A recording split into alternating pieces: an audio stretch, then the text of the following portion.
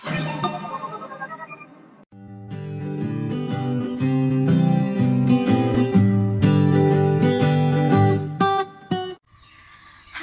assalamualaikum. Perkenalkan, nama saya Sela Indah Permatasari, kelas 2B dengan NIM 225231046, program studi perbankan syariah, Fakultas Ekonomi dan Bisnis Islam UIN Raden Mas Said Surakarta. Di sini saya akan menceritakan tentang perjanjian Giyanti dan terbelahnya Jawa. Perjanjian Giyanti adalah perjanjian antara VOC dengan Kerajaan Mataram yang ditandatangani pada tanggal 13 Februari 1755.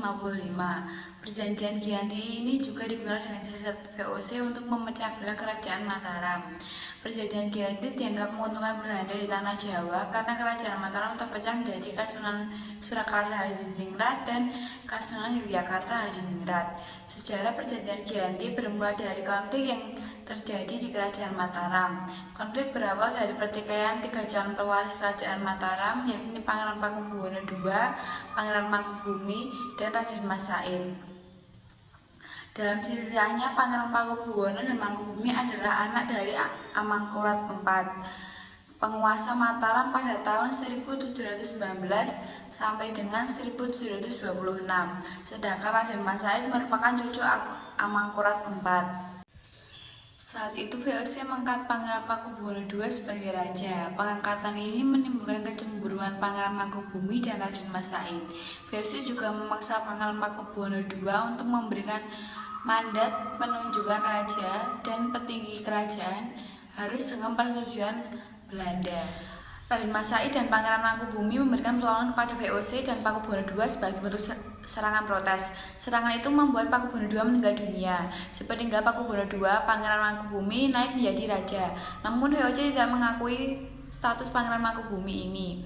Situasi semakin memanas saat VOC mengangkat putra Pakubuwono II, Raden Mas Surjadi atau Pakubuwono III yang masih remaja sebagai Raja Mataram saat itu.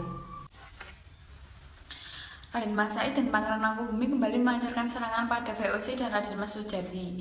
Untuk meredam serangan itu, VOC menjalankan siasat licik dengan memecah belah Raden Mas Said dan Pangeran Mangkubumi. VOC mengirimkan utusan khusus untuk menghasut Raden Mas Said agar berhati-hati terhadap Pangeran Mangkubumi yang bisa mengkhianatinya. Di sisi lain, VOC juga mengirim utusan ke Pangeran Mangkubumi. VOC membujuk Mangkubumi dengan menjanjikan setengah wilayah kekuasaan Mataram yang dipegang oleh Raden Mas Surjadi. Raden Mas Said dan Pangeran Mangkubumi kembali melancarkan serangan pada VOC dan Raden Mas Surjadi. Untuk meredam serangan itu, VOC menjalankan siasat licik dengan memecah belah Raden Mas Said dan Pangeran Mangkubumi. VOC mengirimkan utusan khusus untuk menghasut Raden Mas Said agar berhati-hati terhadap Pangeran Mangkubumi yang bisa mengkhianatinya. Di sisi lain, VOC juga mengirim utusan ke Pangeran Mangkubumi. VOC membujuk Mangkubumi dengan menjanjikan setengah wilayah kekuasaan Mataram yang dipegang oleh Raden Mas Surjadi. VOC kemudian mengundang kedua orang tersebut untuk merundingkan pembagian kekuasaan. Perundingan terjadi pada tanggal 22 sampai 23 September 1754. Membahas pembagian wilayah kekuasaan Mataram, gelar yang akan digunakan, kerjasama VOC dengan Kesultanan, dan sebagainya. Hasil pertemuan itu kemudian dituangkan dalam Perjanjian Giyanti yang ditandatangani pada tanggal 13 Februari 1755 dan dilakukan oleh 3 pihak, yakni pemerintah Hindia Belanda atau VOC oleh Nicholas Harting, Kasunanan Surakarta oleh Pangeran Pakubuwono III, dan Kesultanan Ngayogyakarta oleh Pangeran Mangkubumi.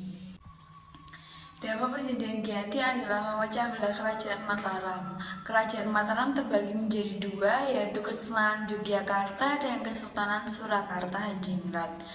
Mimpi Kerajaan Mataram yang ingin menyatukan seluruh kerajaan tanah Jawa pun tak terwujud karena penjajahan. Perjanjian yang diadakan di Desa Jatiharjo ini dihadiri oleh 3 pihak, yakni VOC, Kesultanan Surakarta, dan Kesultanan Yogyakarta Hadiningrat. Nah, itu tadi cerita dari Perjanjian Giyanti dan terbelahnya Jawa. Sekian, wassalamualaikum warahmatullahi wabarakatuh. Dadah.